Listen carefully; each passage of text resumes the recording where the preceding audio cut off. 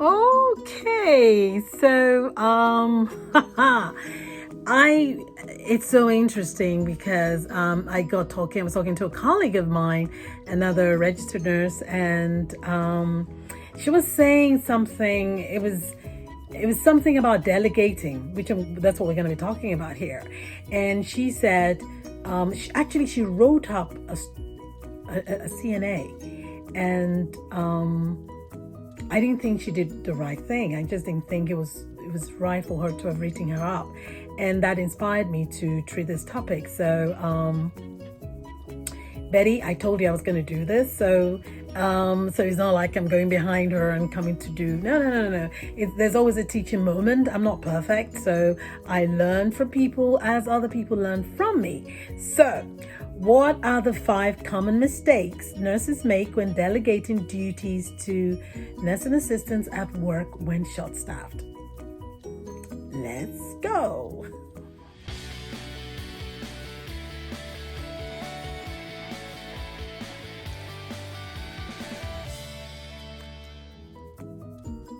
Okay, so number one mistake, please hear it from me. I'm a registered nurse. I have been doing this work for upward of 20 plus years. So yes, I'm burnt out. Yes, I am so jaded and disillusioned and what have you, but it's also fulfilling for me. I have given love, I've gotten love back. So for those of you who are thinking, oh, well, maybe she doesn't like nursing anymore, that's why she's talking like this. No, actually, take a seat back, okay? So let me get to what I'm going to be talking about. Stop delegating duties outside the scope of practice of a CNA. Please do not do that. I see it happen all the time. You know what? I'm just so tired of it. And fellow nurses, I'm just going to call you out, okay? It's not okay to get CNAs to do blood sugars. I know in some places where they have been trained, because I even tell my students this. If you've been trained, it's okay. But if you have not been trained and is not part of your duties, please don't do it. You can refuse that nurse. And I'm saying it here now. If they have not been trained and if it's not part of their scope of practice and it's not part of their job description where you work, please don't make them go check on someone's blood sugar. First of all, as a nurse, and I know, there's a lot of work on our plate. Believe me, I know. I've been doing this 20 plus years. So there's nothing you're going to tell me that's new under the sun, okay? So hold your peace. But my thing is, do not delegate duties or jobs or assignments that is outside their scope of practice or outside their job description. Okay, if I'm looking sideways, I'm looking at my bullet points. One thing you don't know, nurses, and I'm talking to my LPNs, my LVNs, and my RNs, you will also get in trouble. You will get in trouble. Because delegating, just in case for those who don't really know the responsibilities that come with delegating, it means you're still in charge, okay? It means that this person can return a positive demonstration of what you're asking them to do, and they're doing it well, okay? So you have to be sure that if you're going to ask a CNA if you're going to delegate something for CNA to do, you need to make sure that they can do it. Because if they're not doing, guess what? It still falls on you. Okay. But please, I'm just going to keep number one as stop delegating things that it's not part of their job description. Okay.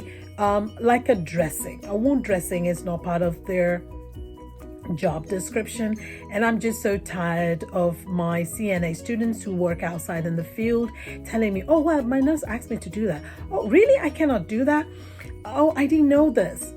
CNAs, you also have to do your due diligence, okay, and know what you can and cannot do, what your scope of practice is, what your job description is, and what you're covered, and what you're covered doing and what you're not, okay?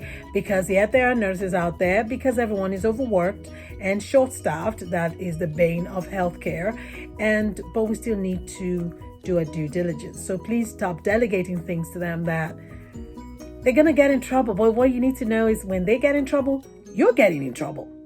The second thing is not supervising, and this is where Betty and I had disagreed about. Okay, so Betty, listen, I'm saying the same thing I said to you. Just because you delegated a duty to them, you still need to supervise. The CNA works under you.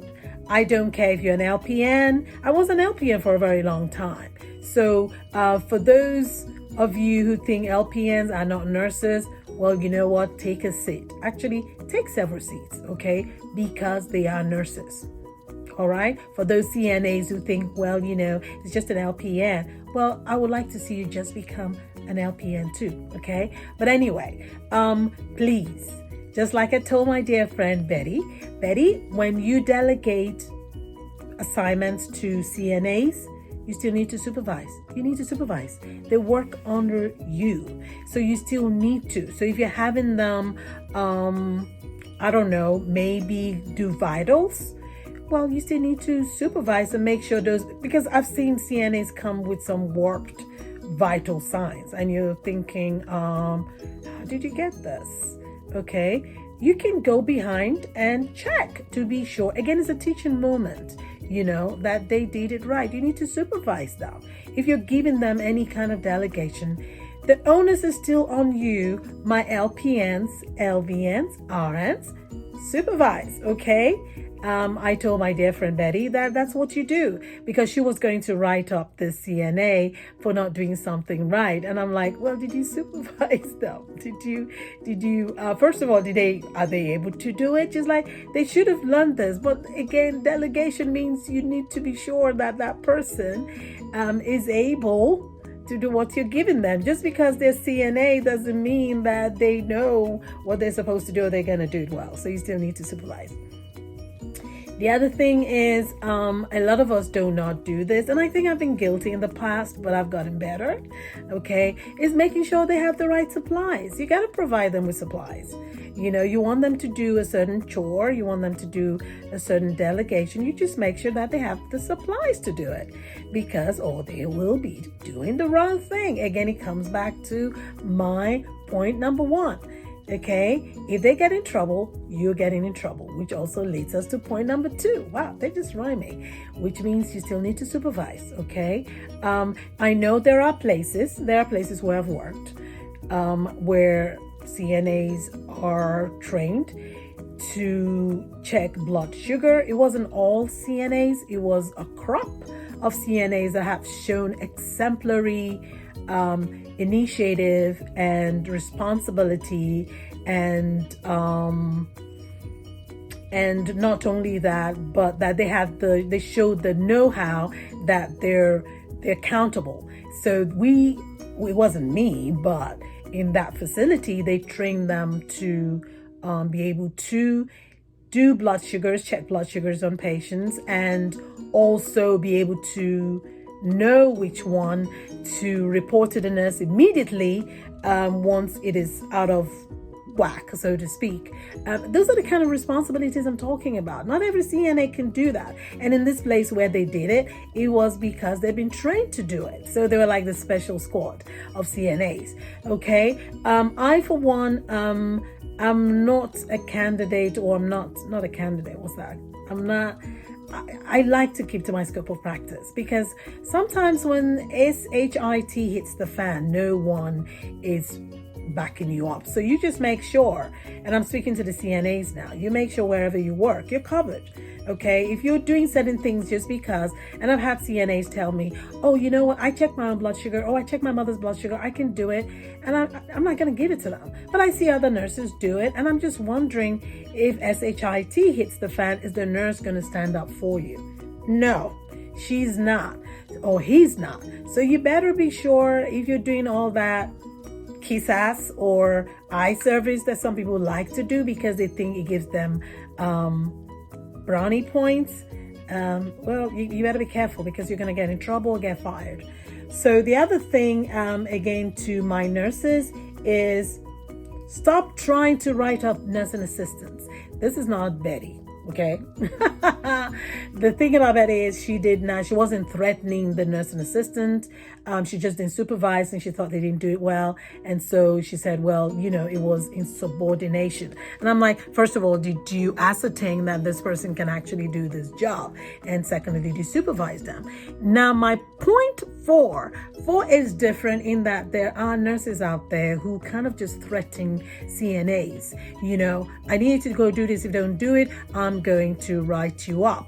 Or there is that underlining threat. Not that they're saying it, but the promise is there that you're going to be written up and you're going to get in trouble. And the CNAs don't want to get in trouble. And now, how do I know this?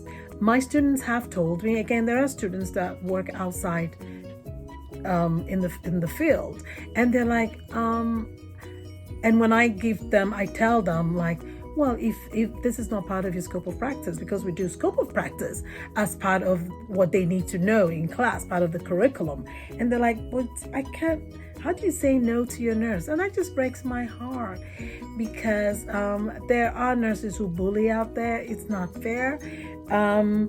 You shouldn't make people do what they're not comfortable with, for one, even if they have been trained and they're not comfortable doing the chores or the procedure. Well, you shouldn't.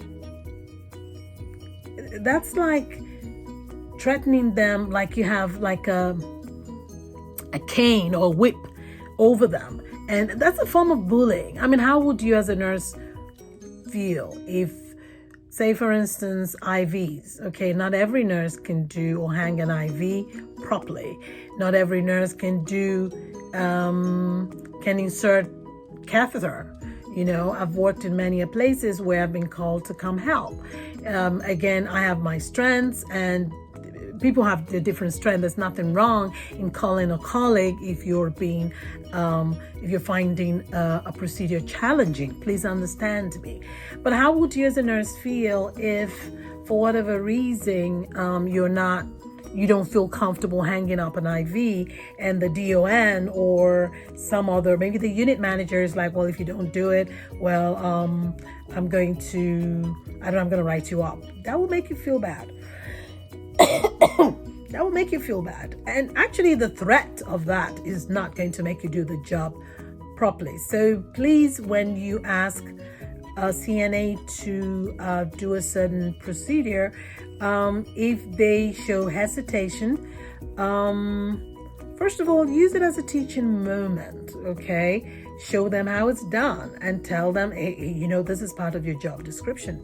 You do need to know this, and be comfortable doing it, because we're short-staffed, and the powers that be have decided that this is part of your job description and you are covered. So whatever it is I can do to assist you, but you need to learn this and be comfortable with it. And who's going to like that? Nurses, let's be mindful to take our job very seriously. Sometimes it's a CNA that has to teach other CNAs. Use it as a teaching moment. If a CNA is telling you, I can't do this, don't write them up. Don't threaten to write them up. It's possible that they don't feel comfortable with it. They're not confident about it. They're scared. And so you just find time. Don't give it to them. Because if anything goes wrong, guess what? She's taking everyone down. So don't bully or threaten CNAs with write-ups for no just reasons. And I don't believe in bullying. I don't believe in cliques. So that's my take on that. I don't think it's fair. Okay. Now, it's different if a CNA knows the job and she's just being rude or insubordinate. Then write her the F up. Write him up. I don't even waste time with that. I don't take kindly to insubordination. I don't take kindly to rudeness. You can communicate yourself.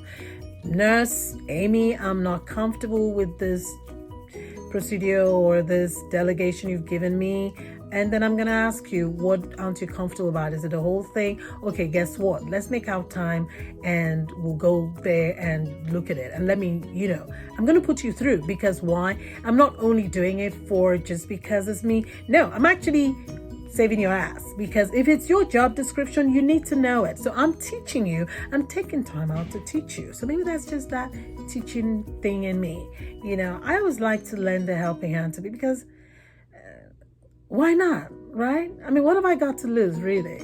I believe in playing things forward. I do.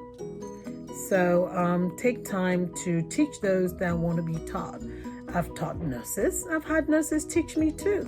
I've had CNAs teach me certain things that I didn't know about the facility because I was new there. And that's another thing. Sometimes when people are new in a facility, they think they're gods.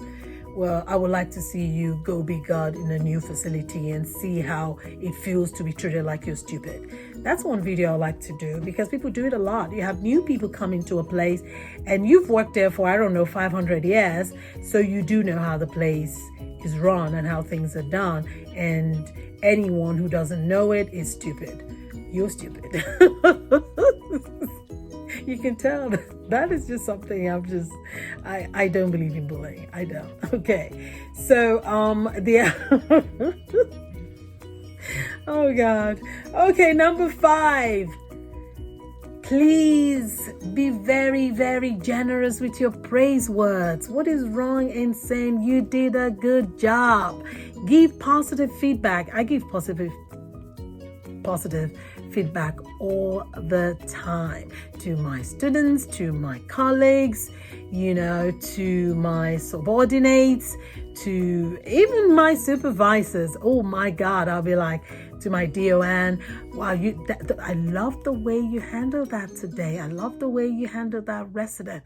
Thank you so much. I appreciate that. What did you do? Because I want to learn, because I want to also play it forward. So please give positive feedback. It doesn't cost you anything to praise a good job, Likewise, do not shame anyone who did wrongly. Use it as a teaching moment. Why? See, I am a great proponent of playing it forward. I know I've said that before. But treat people the way you want to be treated, Treat people the way you want to be treated. So that's me, So those are the 5 common mistakes nurses make. Nurses, LPN, LVN, and my RNs. We make the mistakes of just not knowing what duties to delegate. And even when we delegate them, we do not know how to supervise, how to give positive feedback, how to refrain from writing up. This person didn't do this thing right. This person is not doing it. Don't get me wrong. I'm not perfect. I'm not. But I'm also not very quick at castigating people or hanging people to dry. I don't do that. I'm usually not the first person to cast stone. I don't even cast a stone. I want to know why you did what you did. Now, it's a different matter if you're rude to me. If you're rude to me, all bets are off. I will pull rank on you in a minute. Okay? So, and people know that about me. It would take a lot to get me to do that. But usually when I do it, I'm in good standing. People are like, no, she must have done something. I don't do rudeness. I don't do disrespect. But if you're having problems and you're struggling with something, why not? Say it, and hopefully the nurse will be willing to help you. If you're getting value in everything that I'm doing and I have said, please hit the notification bell, hit the subscribe button, give me likes, thumbs up, because it helps my videos, and come back in my next video. I'll see you then. Be safe.